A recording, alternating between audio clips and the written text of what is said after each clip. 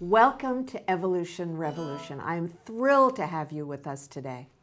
My name is Susan Allan, and the purpose of our show is to introduce you to breakthroughs in the human potential movement, to introduce you to different leaders who have discovered something that is unique, that will allow us to transform our lives so that we have more joy, more peace, more health, more success, everything.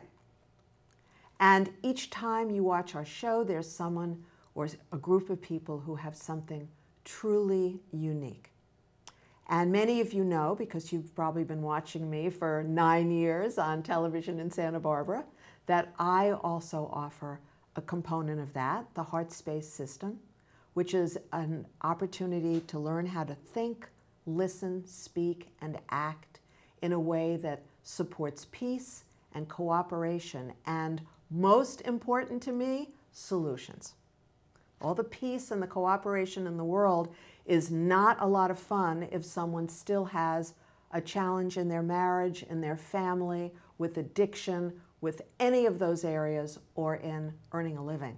So that's the purpose of Heartspace, and I offer a free 1-hour telephone session.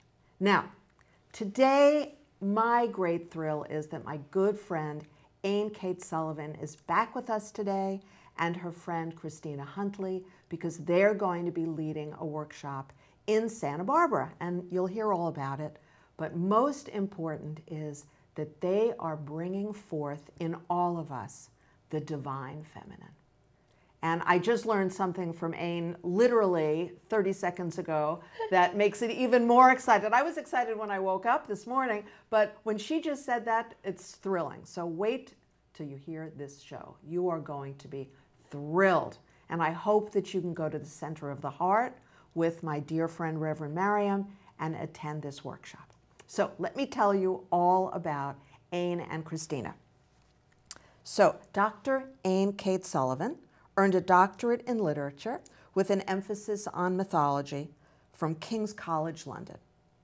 She's published 8 books, including the award-winning Sparkle series for children of all ages, and she's currently working on an empowering new series of mythological stories for adults called Voices of the Goddess. And she just learned today that she got an additional award, that you're going to get the Irwin Award, yes, right? From my dear friend Erwin Zucker. This is really very exciting. And Cristina Huntley holds a Master of Divinity degree as an invited fellow at Harvard, where she studied mysticism as a path for social change. Cristina is the founder of the Creator Consciousness Institute, which helps leaders and visionaries heal their souls and empower their lives so they can fulfill their highest purpose. Now, today's show, we're going to hear about the 4 extraordinary Celtic heroines. You're going to see images of them that have been created by Ayn and my friend Lucinda Kinch, thank you. And they are breathtaking. Everything that Lucinda does is so gorgeous. And you've seen Lucinda. She's been on the show when Howard Wells was here. So these 4 types of women, you're going to recognize yourself. You may recognize yourself as just one. You may recognize yourself as parts of some or all. And this is going to be just a really thrilling ride. So I am excited, and please make sure, incidentally, that you think about Herrmann Brain Dominance when you're listening to this. And it turns out that Christina's mom is also certified in that, as I am, which was so funny, so surprising. And you've heard about the 4 human thinking styles for all these years.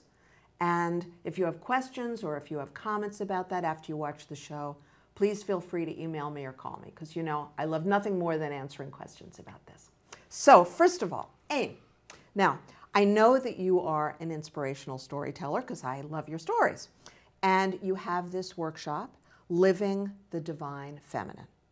So why is this so important today? So, as young women, often we look for stories. Where are those stories of empowerment? Where do I find stories of women who did something, who accomplished something? Well, sometimes we have to look back thousands of years in order to really capture those stories of light. So So I just told you that 2 Mayan priests said that on December 21st, 2012, the full feminine was going to be allowed to return to the planet. And about that time, I began called to go back to Celtic mythology and begin to bring back the stories of these heroines and goddesses from that time. So that's what we're going to be talking about today. And say the number of years again. 5,125 years. That's quite a bit of time for us to, be tracking stories and finding qualities and capacities within ourselves that are really, really necessary and important. It's really extraordinary. Yes. Thank you so much. And how are women actually healed by these stories, Cristina? Oh, where to begin? Well, most importantly, I think that we should see that in that span of 5,000 plus years, the role models that we've had have emulated what we would call the divine masculine path of transcendence.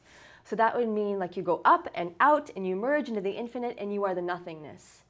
And that's essential, and it's actually the first part of the spiritual path, right, is to like let go of the ego and to open yourself to your true essence, which is both nothing and everything.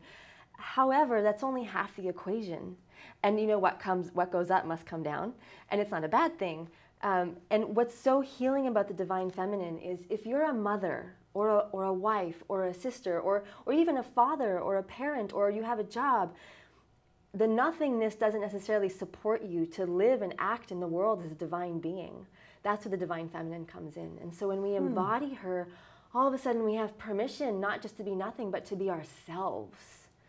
And all this kind of like trying to be perfect and trying to be egoless and trying to be exactly a certain way that really stifles us, puts us in these like rigid kind of spiritual identities, that just decomposes. And then we realize that we are perfect and divine and we have incredible gifts to share. It's just so liberating. Thank you. Thank you. That's really different. I had not heard that. Thank you. Now, Ayn, if you would tell us about the 4 archetypal stages. And please call the one that I'm in, which is the last one, the wise woman. The wise woman way. Not the other name. So it's a wonderful thing. People have heard for a long time about the triple goddess, which is maiden, mother, crone. However, we've got an update now. Mm-hmm. There's something missing. And these are the heroines and goddesses we're going to bring back in today. So we have maiden, mother, high priestess, and wise woman. Sometimes referred to as crone, but now we're living a long time. There's a lot of space that middle-aged women, the older women, have to bring back incredible wisdom and power and stories. Well, older women, you've heard me talk about this, but we have a choice. We can either go that way, that particular C word, or we can, not let it all go, and then you are wise. It's a wise choice, in my opinion. Right. Okay, and Cristina, why is it also so vital for men to embody this? That's a new concept for a lot of people. Oh, for any men watching, we just love you so much, and it's so vital because the masculine works so hard. It is constantly making a contribution. And I think that contribution is constantly being taken for granted as well. And I know that men try so hard to show up for their families, for the people they love. They have hearts of gold. But because the divine feminine has been missing, they've been taught to deny their emotions, to stifle things, not to show weakness because it's dangerous. And all of that just creates this facade that prevents you from relating authentically to the people that you love. It keeps you isolated. And I'm so grateful for my husband because he's a big old softie and he's really in touch with his divine feminine.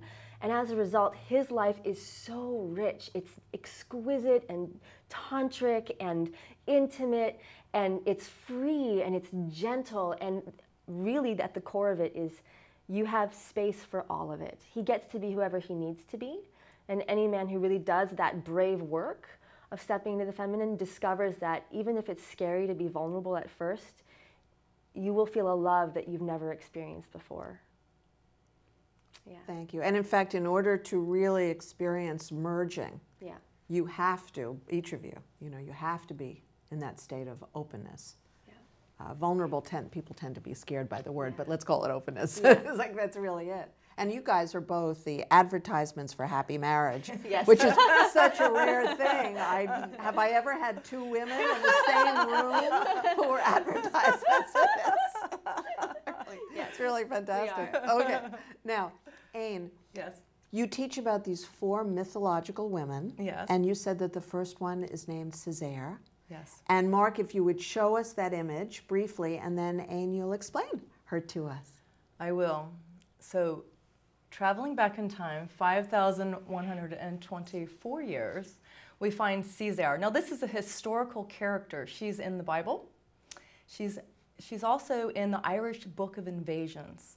She is a woman who was not welcome on the ark.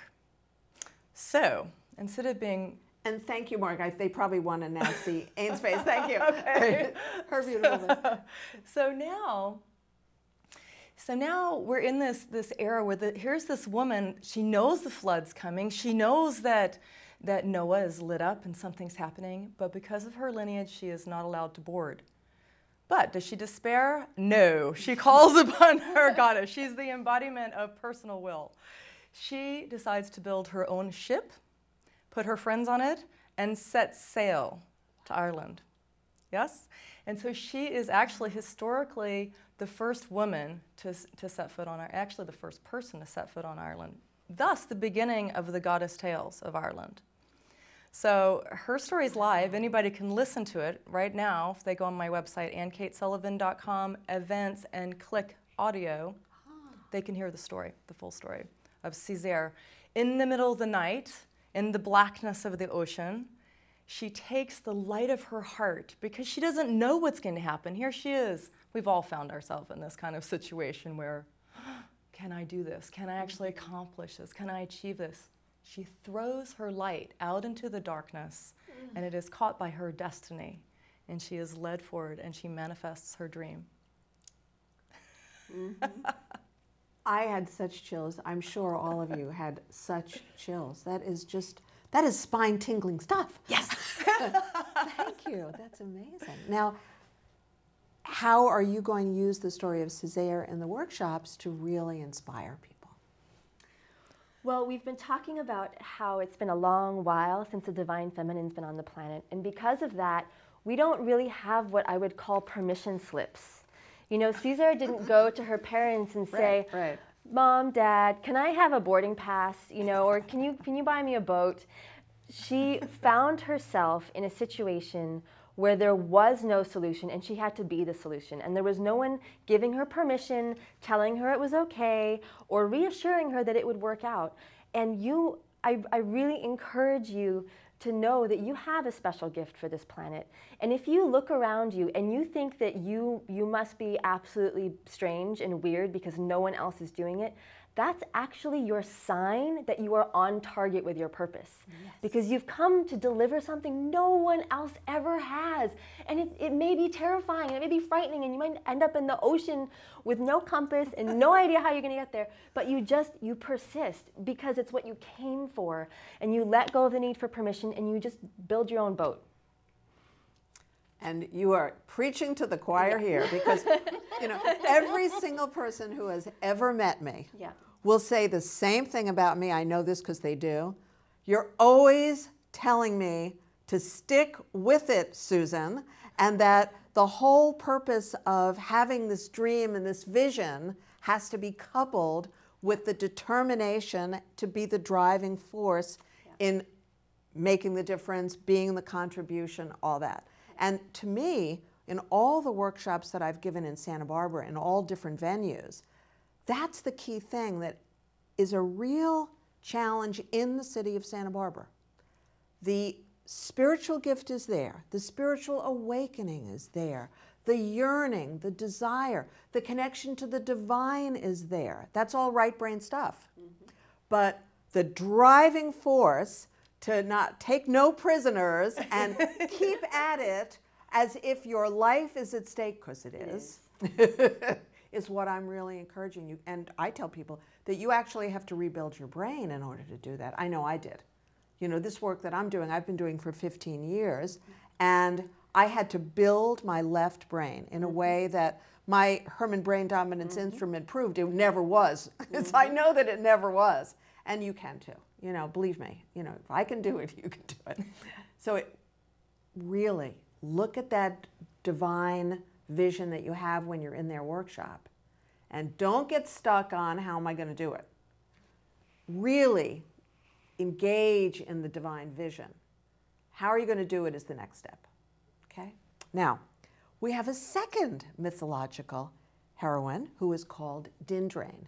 So Mark, again, if you would show that to us. Oh my goodness, that's so beautiful. And then in just a few minutes, he'll be back on your beautiful face, but if you'd start describing her. Ayn. So Dindrain. We've heard, I imagine most people listening have heard stories of King Arthur and Lancelot. But have you ever heard of the only woman who achieved the Grail? No. Now, if you understand what this means, it means that during the Dark Ages and a story leading through the Dark Ages, there was a woman named Dindrain. She was often called the nameless sister of Percival, but we found her name. Achieved self-realization. So we have an ancient link back to this heroine. In Arthurian legend, she's sometimes also called Blanchefleur. But this particular one teaches us the process of deep, deep transformation. Her story, I'm going to read tonight, actually at 6 o'clock Pacific time, and it's also will be available on my website later for a download. It's her story, a little bit about the fact that we're in the 4th century and so forth, but she goes into the transcendent realms, and then there's a surprise, which you'll have to listen to the story to find out. But she's one of the ones that really has encouraged us the most to step into the fullness of who we are. Wow. And what line are you drawing during the workshop between the vision and the inspiration of Dindrain and each of us directly? What's the most direct inspiration, do you think? For Dindrain specifically, I think she's an amazing heroine, because when we link to her, you might even feel her right now just as we're talking about her.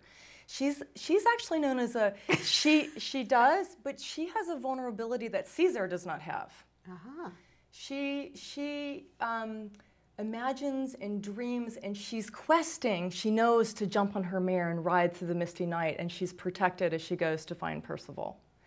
She knows that her life depends on achieving a certain, actually, she has to, I don't want to give too much of the story away, but she has to fill the cup, a cup of blood for the leprous maiden, so that she can step into her next story.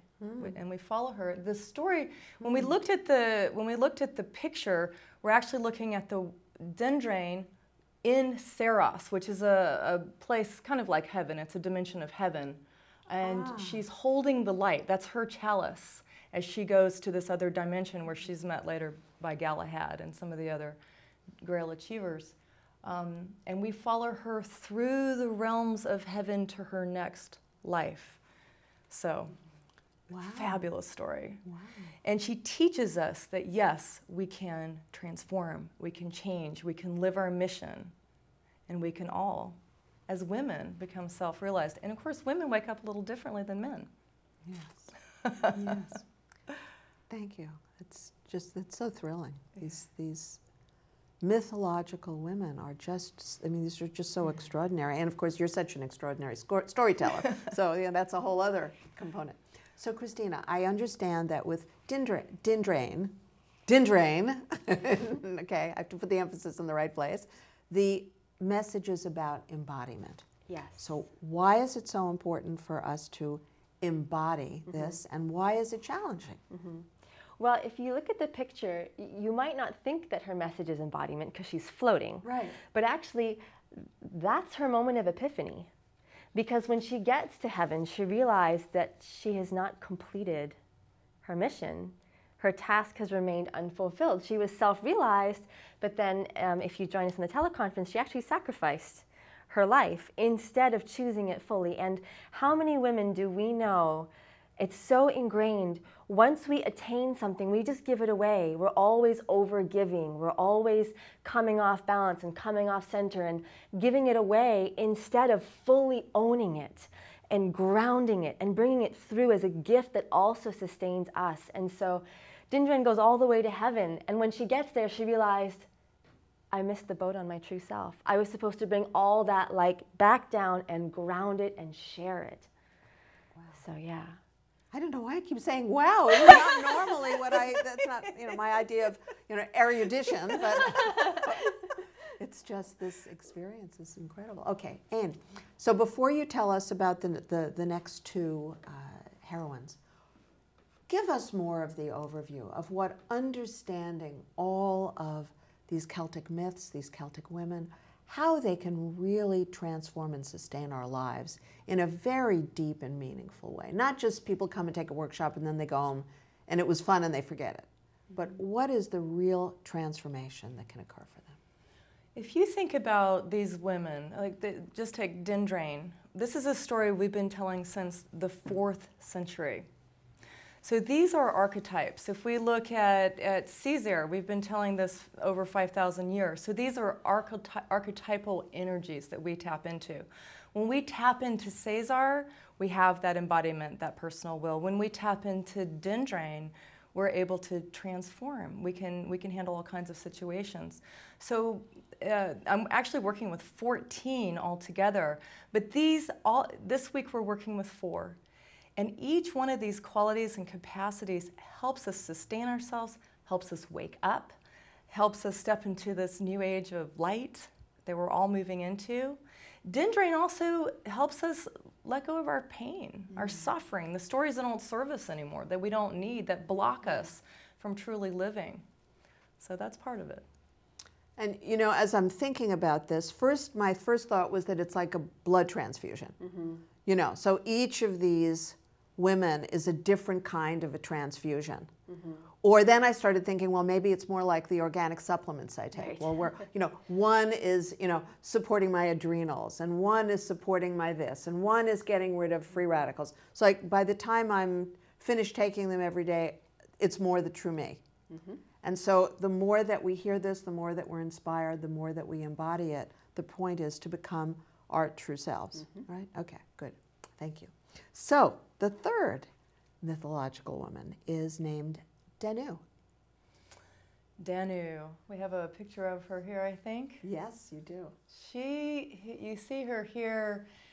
She's standing in the darkness. You can kind of see the nighttime sky behind her. She's holding a light and she's glowing. So Danu is the first goddess in this series that we find.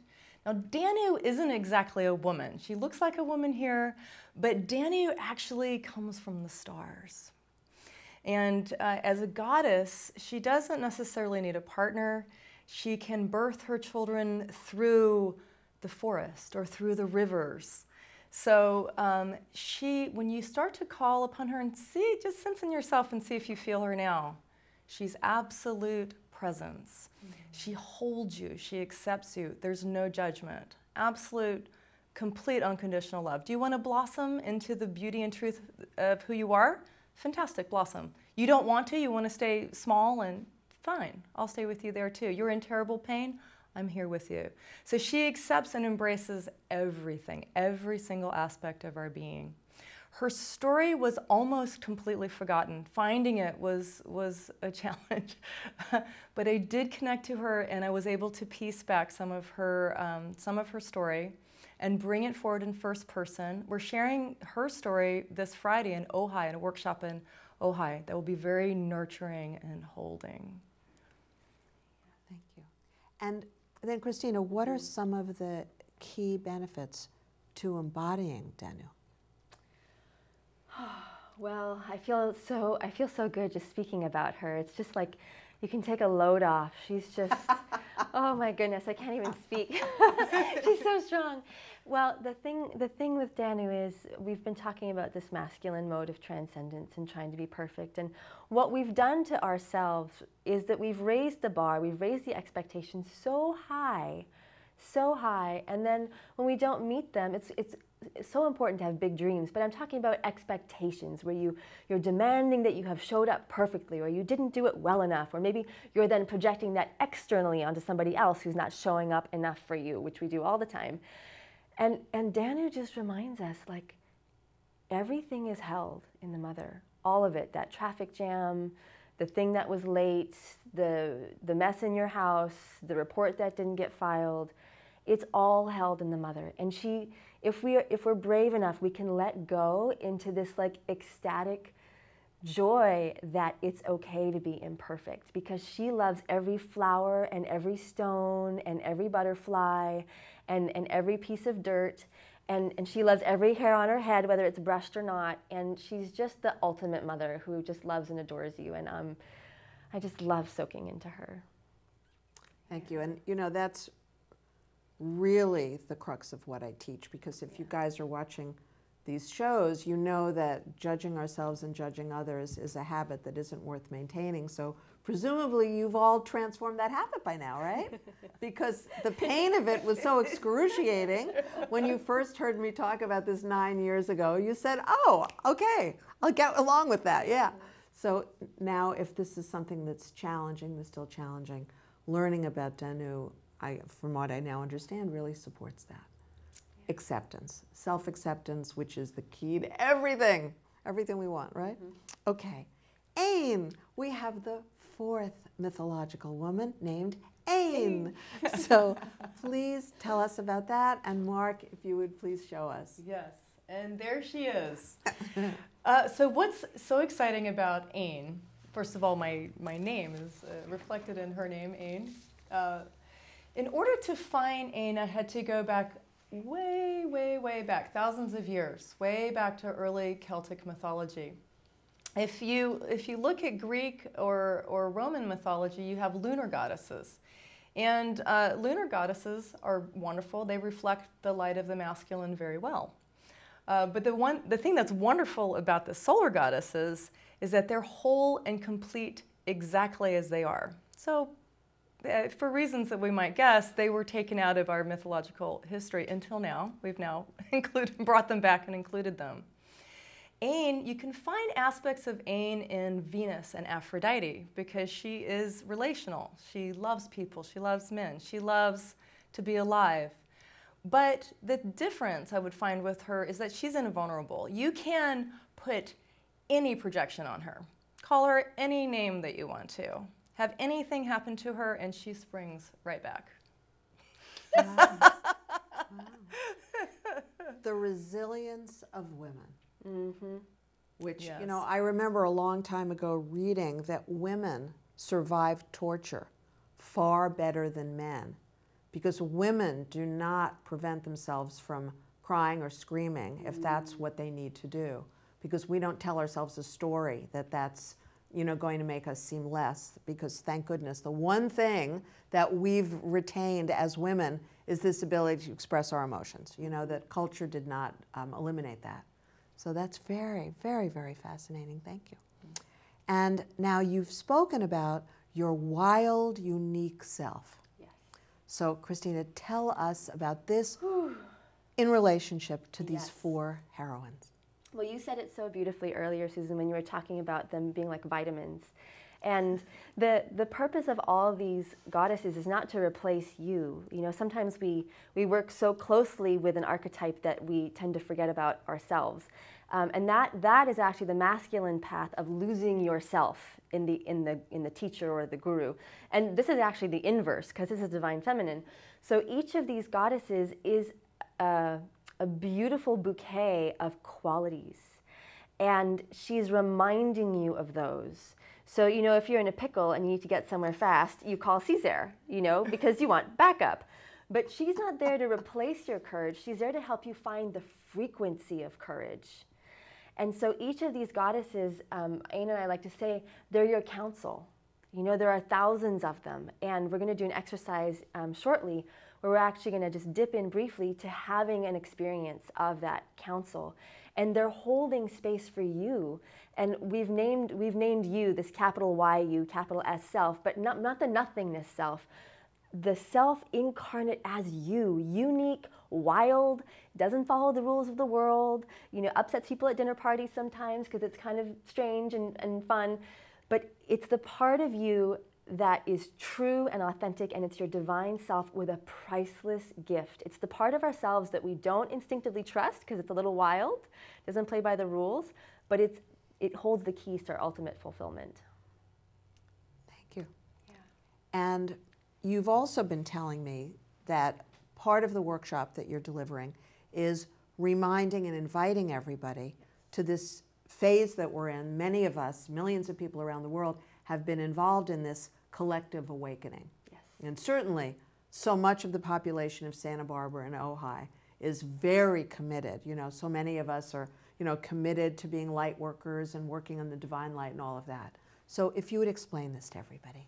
Yes. Well, if we think about Dindrain in the 4th century, she was one of the few who were self-realized that we know about.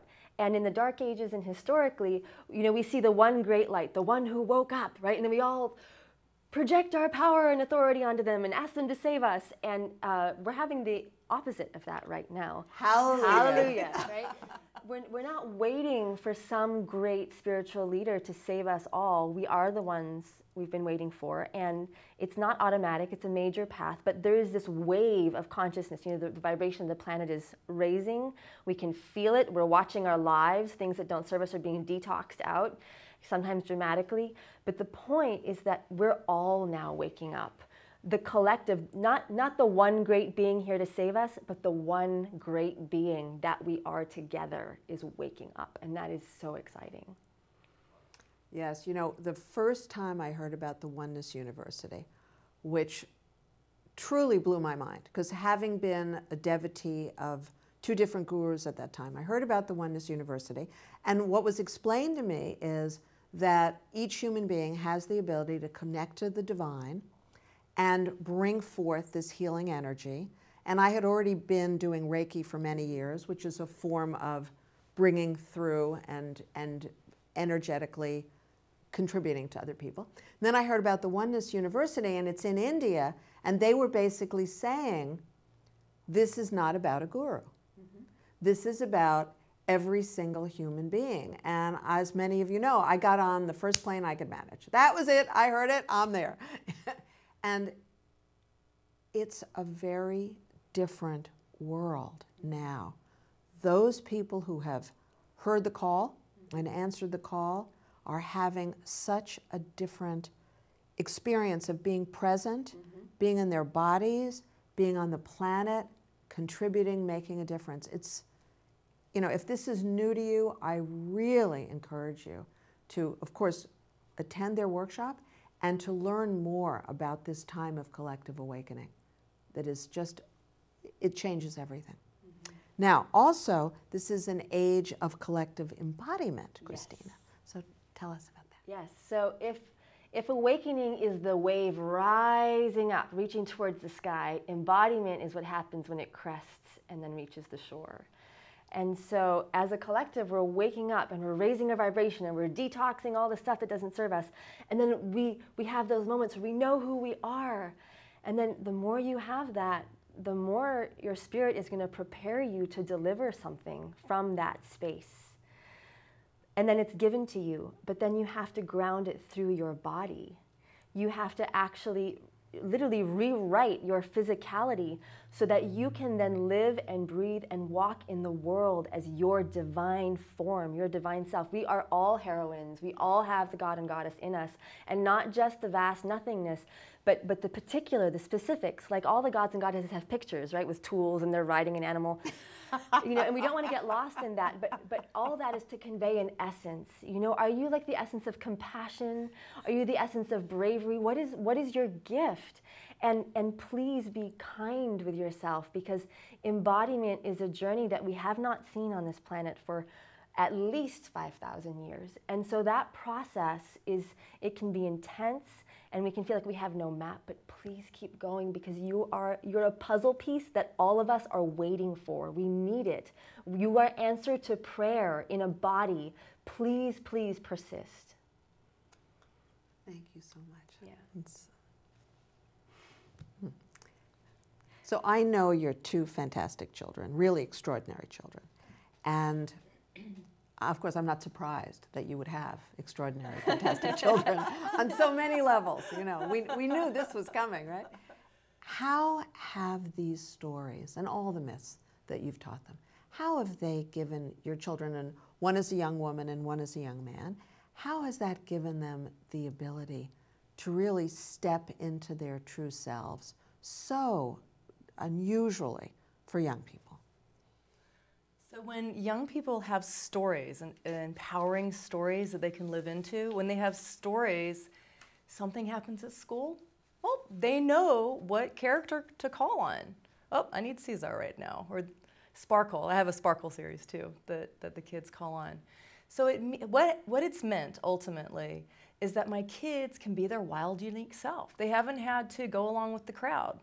Catherine, my daughter, is getting ready to go to naturopathic college. She makes her own herbal essences. She knows who she is. She paints, she creates, and she's a wonderful being. And my son also is just completely clear about who he is and what he's becoming. And I might ask Cristina, actually, who met them last night, what you feel about my children. Well, I pulled up at 2 in the morning, and her children were up and out the front door, gave me giant hugs, grabbed my bags, brought me in. And the thing that I noticed was most youth, and I've actually had to do this work myself, most of us, we grow up and we have to fit into the world. And then as teenagers, we rebel against it. So you get this like avoidance dissonance behavior where you don't actually want to talk to people, you just want to disappear because you're disenchanted with the world that's been forced upon you. Ayn's beautiful kids, they don't have that. They're just like giant open hearts. They're available for love. They're free to be themselves. It's therapy.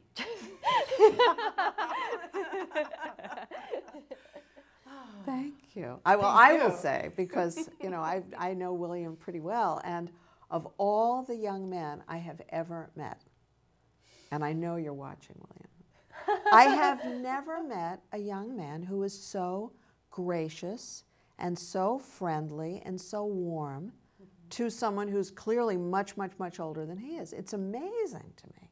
And of course, your daughter is absolutely lovely as well. But with a guy, it's really a rarity, you know? Thank you, dear. Thank you. Thank you so much. Yes. Okay, now you are going to lead us in an exercise. Yes. And you had said that the ultimate is 6 minutes. We actually have more time. We do. Because you guys have been so careful about your responses, and I'm so grateful. So if you wanted, we could do 6 minutes. Wow. Yeah. All right. But you know, I'll make sure that just you let me don't know. go. Yeah. Okay. I am so grateful because my prayer is really that each of us have the tools to be able to do this for ourselves. So what we're going to do is I'm going to do a little explanation so you have some idea of what's happening, and then we're going to dive right in. And then you can take this practice and you can extend it into what I call the stretch limousine version of a spiritual practice and just really dive in.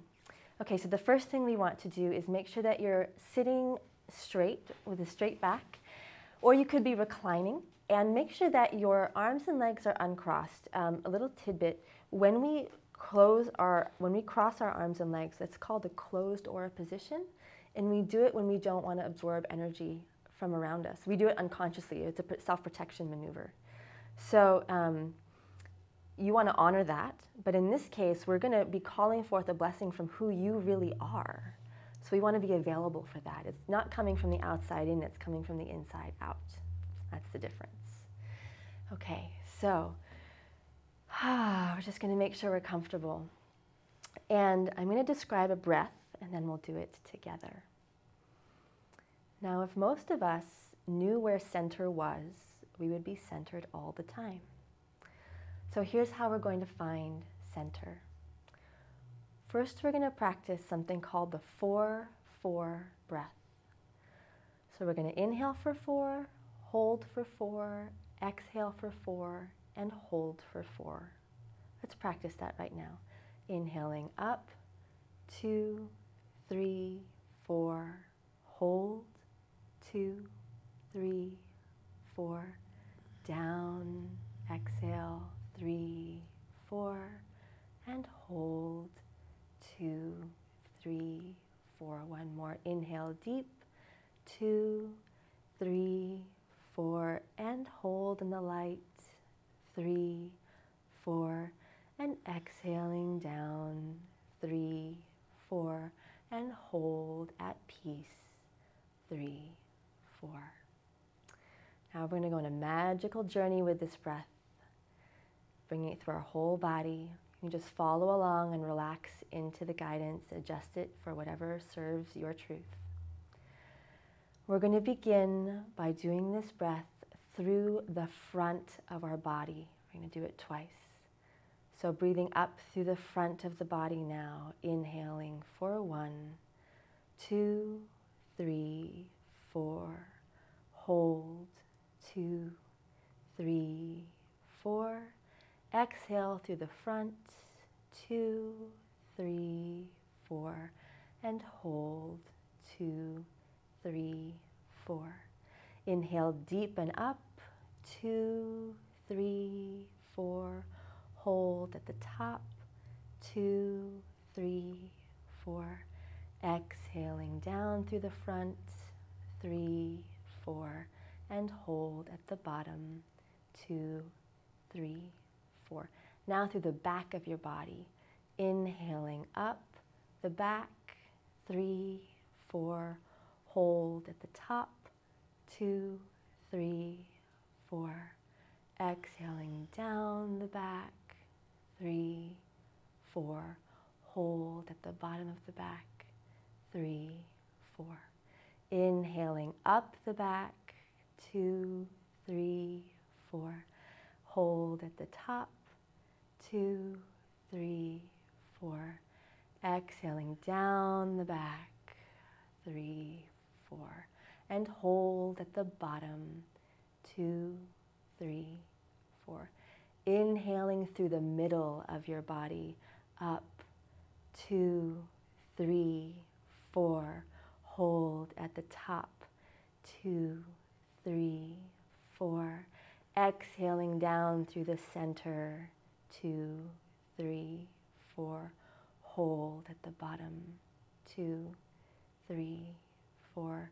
Inhale up through the center, 3, 4, hold at the top, 2, 3, 4, and exhaling down through the center, 2, 3, 4, and hold at the bottom, 2, 3, 4. Now inhale your breath up that center column of your body and bring it into your heart. And notice that you are now much closer to home. Samadhi, self-realization, just means being in the center. It's the middle way. And so follow this feeling of joy. It's right there. Home is right there. And notice just beneath your heart, in this whole vicinity of joy that's coming through us, notice that there's a beautiful flower. Maybe it's a rose or maybe it's a lily. Whatever bloom it is for you, it's your unique blossom. And this flower, whatever it is for you, notice what it looks like, what colors, what shape, what's it smell. See the sparkles on it, and notice as it opens with your love and attention, notice that it's actually a portal. This blossom is a portal. And keep breathing deeply through your whole body now, saying to this flower how grateful you are for its exquisite beauty, and just lavishing it with attention and love so that it gently, naturally blooms and opens.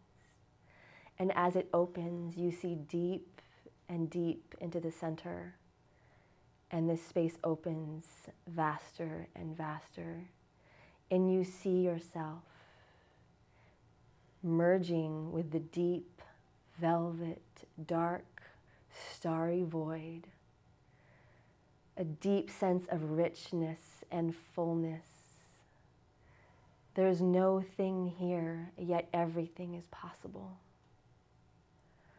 And you notice in your peripheral vision that you are not alone. That in this extraordinary, deep, velvet space that is everything and holds you fully, you are surrounded by a circle of beings who love themselves and who love you, and who are immersed and saturated in this field of everything is given.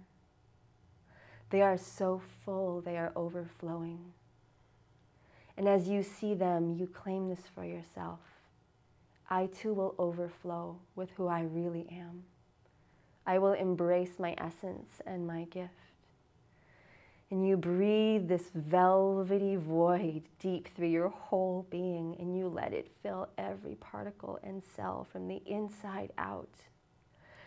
And you fill up and you fill up and you fill up like you're going to be drunk on this soma, this nectar, this all things given.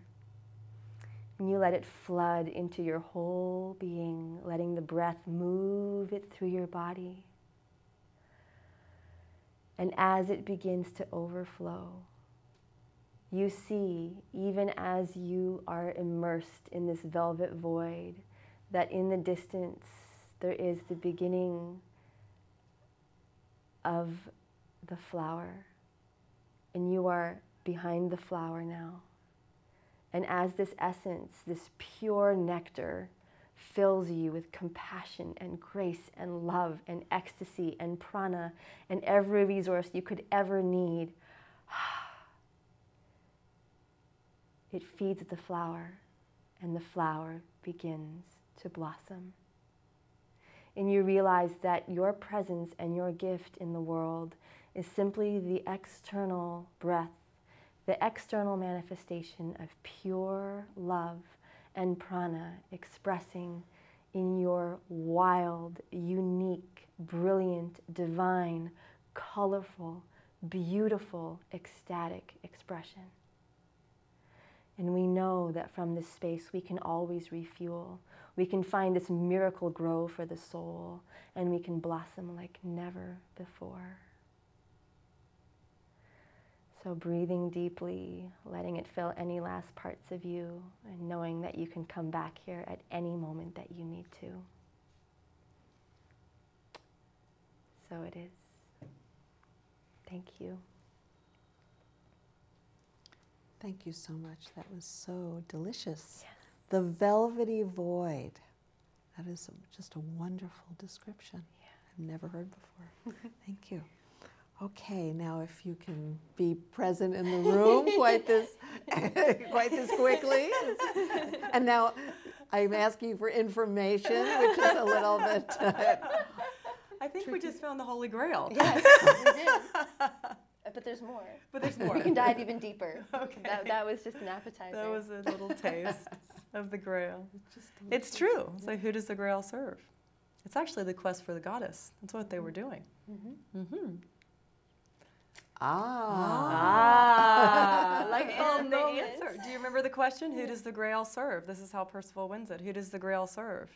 Actually, Dendrain answers it. Yes, she does. It serves thee. But they have to get on the teleconference. Okay, they have to. For the whole story, they have to get on the teleconference tonight. Yeah. who does the Grail serve? Mm-hmm. It serves thee. And it was the quest for the divine feminine? Yes, that's what was being lost. Yeah. That's why these tales spring up in the 4th century and move through the 12th century, because they're going into the Dark Ages. And they're starting to lose the light of the feminine. That's what was happening. Yes. And so the land starts to despair. Now this is another conversation. The land starts to despair. Odd things happen in the land when the goddess isn't present. So let's bring her back. This is so thrilling. I'm just loving this show. I'm loving this show. I'm so thrilled you guys are here. Okay. I can't call you guys if it's a show about the divine feminine. Okay. She's flexible. So you have so many spectacular books. And thank you so much for giving me one today. I'm really thrilled. Tell us about all your books. All the books. And where they can find them. Okay, so I have 8 books, and you can find them on AnnCatesSullivan.com. You can find them on Amazon. You can find them Barnes & Noble, and around town, actually. There's a Where? Where? Chaucer's Books, Granada Books, Paradise Found, and Alchemy Arts. Thank you. Yes. And you can find the Sparkle series. That's a series for children. There's another book that's out called 3 Days in the Light, which I think we've talked about a little bit, which was my experience with the light, my dissolution experience, and a little bit like Dendrain. Yes. I went to Saros and came back. So, and then this new series will be coming out, hopefully next year. You can download the stories right now as ebooks. They're on my website, and you can download each story. They're about 10 to 15 pages each, and read them, or download the audio file, which is free. Thank you. And the Sparkle books, I've read the first two. Yes. And have the first two. And they are so inspiring. You know, if you know somebody who's having a difficult challenge, and we all do at some point, these books are so inspiring. And I would really encourage you to get both of them. And the third one hasn't come out yet, has it? The third one should be out. Well, we're just going to say it is going to be out for the holidays. Perfect, perfect. It's called A Story of Becoming, and it's maybe another show. But this particular one is about a sacred tree. Still fits with the Goddess series. And it's about her personal transformation from a seed who doesn't know who she is to a sapling who is so excited about becoming something, to someone who gets eaten by deer and has to come back again, to become a tree who gets struck by lightning, who comes back again. And every time she comes back, she becomes more magical, more golden, more present. So I can't wait to read it. Okay, so you'll get two, and then when the third one comes out, you'll hear about it on the show, or if you're part of Ayn's mailing list, you'll hear about it, because I can't wait to read that one. And really, these are like The Little Prince, The Velveteen Rabbit. These are iconic stories, inspiring, iconic stories for all of us at any age. Thank you. Thank you. And if you would tell us about Yes. the other work that you do. Yes, of course. Well, I have a sneaking suspicion that you may all relate to this. When I just have to tell a little bit about how we got there, because it's so important to note this. When I was born, I knew I was here for something. I showed up on this planet like Gandhi and Mandela were my brothers, and I was here for the same. And I don't say that from audacity. I say it because I'm sure that if you're watching this, you have this sense of mission, and maybe you don't know what it is yet or how it's going to unfold, but it is big. It's really big. And you don't even have a map. You just have this feeling. And then eventually that feeling shows up and knocks at your door, and then there's no turning back. And then usually things fall apart before they come back together. And the long and the short of it is that the journey of delivering your soul's great work is an extraordinary path. And it has so many steps that you will not find written in any textbook or any guidance counselor's office. And they're so intense in many cases. And so I prayed so long and hard. I prayed my whole life to be shown what my life's work was. And I had this massive epiphany at the end of an initiation.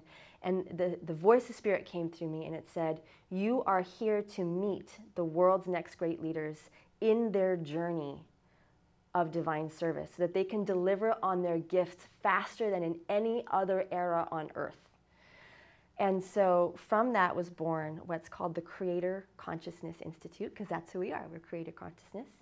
And if you go on creatorconsciousness.us, you will find there's actually free complimentary training in 7 miraculous power prayers that help to align you with the principle of divine service. And then a whole raft of workshops. They're both extremely light-filled and tangible, practical, applicable. And we really work to make sure that everyone feels met and held and knows that what feels crazy-making is really normal on a path of divine service. And yeah, it's an extraordinary gift. I get to see miracles every day. And I think the people who know me are laughing because you just gave my bio. Oh, we're all good friends here. It's like yeah. Well, I guess that's why she's on your show. Yeah. You know, they know the whole routine. Yeah, So, we're a tribe. you. Thank goodness. Yeah. It takes every single one of us. Yeah. Just when we're going through those experiences where everything is transforming, or you might experience it as falling apart. You know, you're just hoping that on the other side of, you know, all that, there's going to be some joy, some bliss, some gift, some contribution. And it's what I call going through the eye of the needle. Oh, yes. That when you're going through the eye of the needle, no matter what, you know, you just have to keep your eyes focused like an ox pulling a plow. That's what I say. You know, it's like if you even look to either side, it's like, you know, on a trek in Nepal, it's not a plan. Just, you know, keep your eyes focused, you know. So if you would tell us about this workshop that we've alluded to. Okay, Please. so there are actually 3 things going on. Okay. There's the teleconference tonight, which is at 6 o'clock, and that is the story of Dendrain. And if you notice, actually there's a nice little segue here. We have part of Dendrain's name is Ayn, so the solar goddess. So tonight we're going to be talking about transformation. I'm going to read the story, the full story, and Cristina, my beautiful friend, is going to help everyone utilize the qualities and capacities of Dendrain so that you can use them within your own true nature. And you can always go back on and listen to the audio file too. Then Friday night, we're working with Danu, that great mother goddess, the one that holds us all. And that's the night where we get to give up judgment. We just get rid of those stories that don't work for us anymore, move into the full acceptance of who we are, and blossom. And then now that we're blossoming, we get to go to Center of the Heart in Santa Barbara on Sunday. This will be an extraordinary workshop because it's been a long time, and I'm not actually aware of anyone who's taught a workshop on the solar goddess. There might have been. I've never heard of it. So this is a new addition to our community. Ayn is the central figure. And again, she's the goddess that is impenetrable. You can throw anything at her, doesn't matter, because she's completely whole, complete, fully she is. Now she's also an incredible guide. If you find yourself lost in a maze, lost in some kind of entanglement. And you have 8 seconds and I to have 8 finish seconds. that. So come to the workshop, Center of the Heart. At www.livingthedivinefeminine.com. We have all the details for everything. Yes. Beautiful. Yeah. And thank you so much, both of you, each of you, for this really delicious and gorgeous show and the gift that you are to each of us and to Santa Barbara and Ojai and the world. I'm just so grateful to have you both here. And please visit those websites and please listen to this information and embody it and experience it so that you can transform your suffering. That's what this is about.